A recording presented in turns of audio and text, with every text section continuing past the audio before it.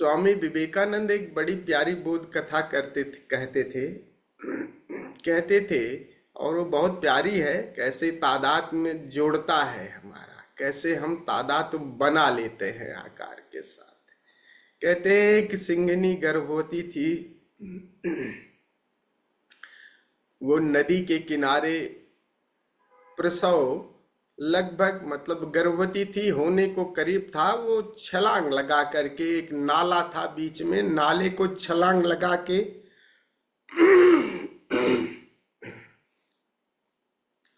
उस पार जाना चाह रही। तो जैसे छलांग लगाई तो सिंघनी तो उस पार चली गई, लेकिन उसी समय छलांग लगाते समय उसका गर्भ जो है वो बच्चा नीचे आ गया और इस पार रह गया। छलांग लगा के सिंघनी तो उस पार चली गई, लेकिन उसका बच्चा वो इस पार ही रह गया, नदी के नाले के पास। अब वो सिंघनी तो आगे चली गई, इस पार बच्चा नहीं आ सकता था, और पास में ही एक भेड़ों का झुंड जा रहा था। तो वो बच्चा धीरे से उन भेड़ों के झुंड के साथ हो लिया और वो भेड़ों के झुंड के साथ रहता बड़ा हुआ उन्हीं के बीच। और वो भेड़ें क्या की, उन्हें दूध पिलाने लगी, उन्हें फिर धीरे धीरे वो घास फूस ऐसे खाने लगा। ये तादाद में देखो, ये सिंह का बच्चा उन्हीं भेड़ों के बीच में अब वो घसर पसर करके चलने लगा। लेकिन था तो सिंह ही। जैसे बड़ा हुआ तो सिंह जैसा जवान हो गया और वैसे ही था उसकी डेल डाली तो, और जो भेड़ें थी उनमें थोड़ा बड़ा दिखाई देता था, तगड़ा दिखाई देता, कदकाठी तो उसकी वैसी थी। तो भेड़ें जैसे वो जंगल में गुजर रही थे तो सिंहों का एक जोड़ा उधर से गुजर रहा था। उसने देखा, अरे इसमें एक सिंह का बच्चा, ये हमारी जात का, इन भेड़ों के बीच में घसर पसर कर रहा और भेड़ें इससे डर भी नहीं रही हैं। तो उसने, सिंह ने छलांग लगाई और उसको पकड़ा, दबोच लिया और भेड़ें तो भाग गई। उसने उससे कहा कि अरे तू कहाँ इन भेड़ों के बीच में जा रहा है तू? तो वो लगा मिमियाने की, महाराज छोड़ दीजिए, मुझे अपने परिवार के साथ जाने दीजिए, मेरी विनती है, मुझे मत मारिए। कहे मारिए? अरे तू सिंह है। कहे सिंह नहीं, मैं तो भेड़ हूँ, मुझे छोड़ दीजिए, जाने दीजिए, मेरी विनती है, मेरे जान को बख्श दीजिए। कहे पागल, तो सिंह है, देख अपना शरीर देख रहा था। कह रहा नहीं नहीं नहीं, मैं तो, मेरा तो परिवार वो है, मुझे जाने दीजिए। तो उन्हें पकड़ करके जबरदस्ती कुएं के पास ले गए। उसने कहा कि देख इसमें झांक। तो कुएं में उसने झांका और कहा कि मैं भी झांकता हूं, देखो मेरा तुम्हारा चेहरा एक सा मिलता है। तो उसने कहा हाँ मिल तो रहा है। थोड़ा भरोसा सा आया।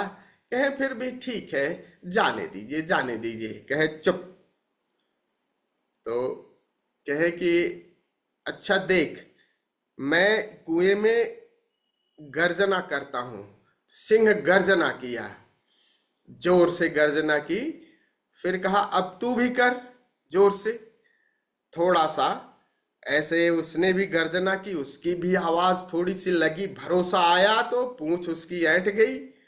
कहा एक बार दोबारा, और दोबारा उसने गर्जना की और फिर उसने पूंछ ऐठी और छलांग लगा करके चला गया और सिंह बन गया। जो भेड़ों के बीच में था केवल तादाद में तोड़ दिया। गुरु ऐसे ही तादाद में तोड़ देता है और बस सिंह हो ही। भेड़ों का मतलब है कि हमारा जो सारा जीवन है, देखो ना, वो इन्हीं समाज में जो एक चल रहा है ना, एक धारा जो चल रही है, समाज की धारा जो चल रही है, उसी के साथ जीना ना, उन्हीं के साथ वैसे ही उठते हैं। चलिए ये तो खैर जरूरी भी है जीवन के लिए, लेकिन इसी को सत्य मान लेते हैं, इसी को लक्ष्य मान लेते हैं, भूल यहां हो जाती है। और सारे संत महापुरुष बुद्ध ये कह रहे हैं कि आकार के साथ प्रेम गलत नहीं है, लेकिन आकार ही नहीं हो, तुम आकार से ज्यादा हो, लहर ही नहीं हो, तुम शरीर नहीं हो, तुम मन नहीं हो, तुम भावनाएं नहीं हो, इनसे ज्यादा हो।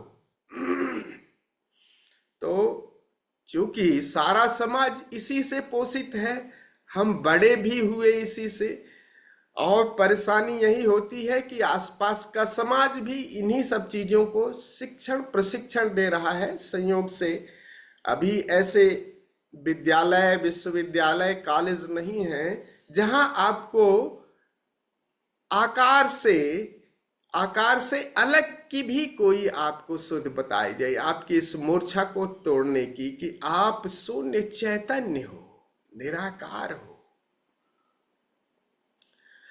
उसका कोई शिक्षण नहीं मिल रहा है।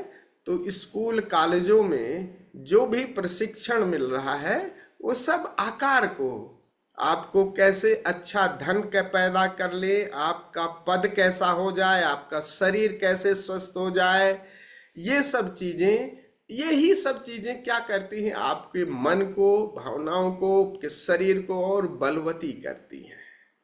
और ये तादाद में इतना गहरा हो गया है कि यही हम सोच लेते हैं कि हम यही हैं, और यही मूर्छा का कारण है कि इन्हीं से तादात्म्य बन गया है। इन्हीं को तोड़ने की सारी टेक्निक सारे संत महापुरुष कहते हैं। और तोड़ना क्या है, तुम हो वहीं, तुम वहां से ही आए हो, बस अब जिए जा भी रहे हो, जाते भी हो। ऐसा नहीं कि जब शरीर छूटता है तो आप जाते हैं, लेकिन जाना आना हमारा आंख बंद करके है, मूर्छा में है। देह जब छूटती है उस घड़ी में बस मूर्छा हो जाती है, तो उस पार जब शून्य में जाते हैं तो वहां का कुछ पता नहीं लगता। तो प्रयास सारा यही है कि उस पार भी हम अब की जाग करके जाएंगे। हम संकल्प लें कि अब की देह छूटेगी, तो अंतिम समय में जब छूट रही है तो हम जाग करके जाएंगे।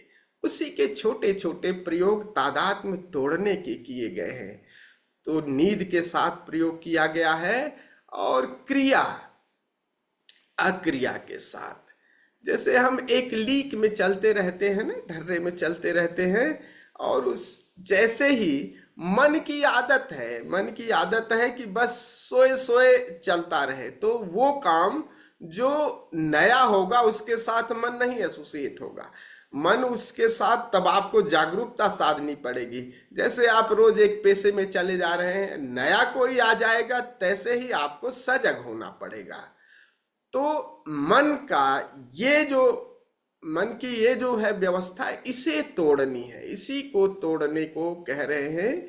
जितने जो स्टॉप मेडिटेशन जो निर्मित किए गए हैं, वो मन की इस ढर्रे को तोड़ने की, कि एक व्यवस्था में हो आप, अचानक दूसरी व्यवस्था में चले जाते हो, तब मन एकदम तैयार नहीं रहता, तो अमनी अवस्था उस समय अचानक आ जाती है।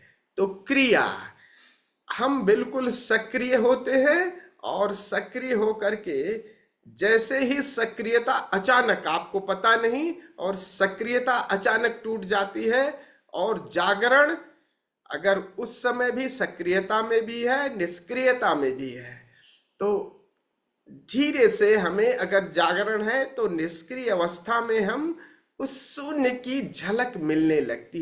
एक बार शून्य की झलक मिलने लगेगी तो आपको भरोसा आ जाता था, अरे मैं इसमें यहां भी हूं और यहां भी हूं। जब मैं क्रिया कर रहा था तब भी मैं हूं, जब मैं अक्रिया हो रही थी, और जब मैं कुछ भी नहीं कर रहा था, मेरा होना अब भी है। तो अपने होने को अधिक से अधिक कल्टीवेट करना है, अपने जानने को। चैतन्य है हम, और उसी से ये सब सारा आकार निर्मित हुआ है और इसमें भी वही लहरा रहा है। लेकिन कहाँ प्रॉब्लम है? प्रॉब्लम यही है कि ये जो आकार है यही हम हैं, यहाँ यही हमारे साथ दिक्कत हो जाती है, यही मन के साथ हम जुड़ जाते हैं। तो मन के साथ भी रहे और कभी अमन में भी, उस अमन में डूबे, और दोनों के साथ अगर हम गति कर पाए तभी मुक्ति है, वही समाधि है।